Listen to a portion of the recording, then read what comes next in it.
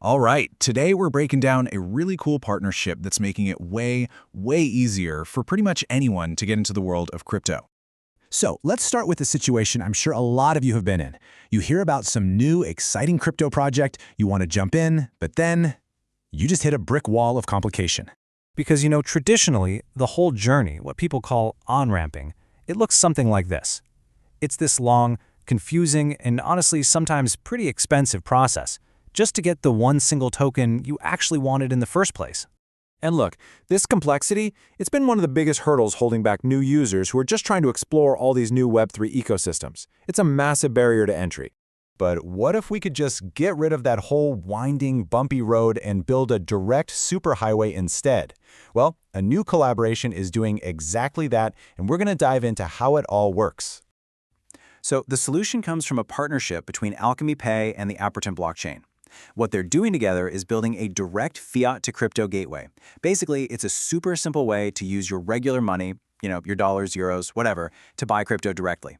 And honestly, this slide just says it all, doesn't it? On the left, you've got the old way, that tangled, messy process we just walked through. But on the right, you have the new way. Use your card, get the token, that's it. The whole confusing thing gets boiled down to one simple, familiar transaction. All right, so who are the two companies making this all happen? Let's quickly meet the key players here. First up, you've got Alchemy Pay. Now, the easiest way to think about them is as the payment pros. They're the ones building that financial bridge connecting the world of traditional money to the world of crypto. And then on the other side of that bridge, you have Apertum. That's the destination. It's a high-performance Layer 1 blockchain. A Layer 1 is kind of like the fundamental digital highway where new apps get built, and Apertum is designed to be the foundation for these next-generation applications, all fueled by its own token, APM. And as you can see right here, Apertum has been growing like crazy. Since launching, it's racked up some serious industry recognition and gotten its token listed all over the place. And that rapid growth is exactly why a simple on-ramp is so critical, to help more and more people join this booming ecosystem.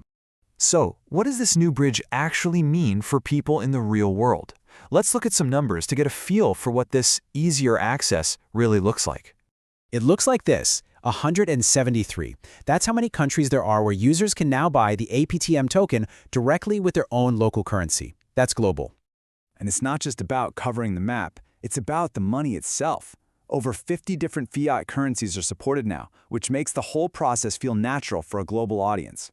This partnership also cracks the door wide open for over 120 million traders on partner exchanges, giving them a much simpler way to get into the Apertum ecosystem.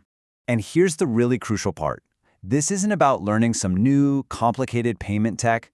We're talking about Visa, MasterCard, Apple Pay, Google Pay, all the stuff you already use every single day for online shopping. It's all about making it feel familiar and easy. So for the Apertum ecosystem, the benefits are just massive. A simpler on-ramp means more people can join in, that improves liquidity, making the token easier to buy and sell, and it just creates a much more vibrant and exciting environment for developers to come and build cool stuff. Okay, so let's zoom out for a second and think about what this really means for the bigger picture of Web3 adoption. There's this quote from the source material that just absolutely nails it. This whole thing isn't just about one token. It's part of a much bigger mission to make the entire world of digital assets accessible to everybody. At the end of the day, the big takeaway here is that building these secure, user-friendly bridges between our old financial systems and the new world of Web3, well, it's absolutely essential if we want to see real, widespread, mainstream adoption. And that leaves us with a pretty big question to chew on. Now that getting into crypto is becoming as easy as buying a cup of coffee, what's the next great barrier that Web3 needs to smash through to truly finally go global?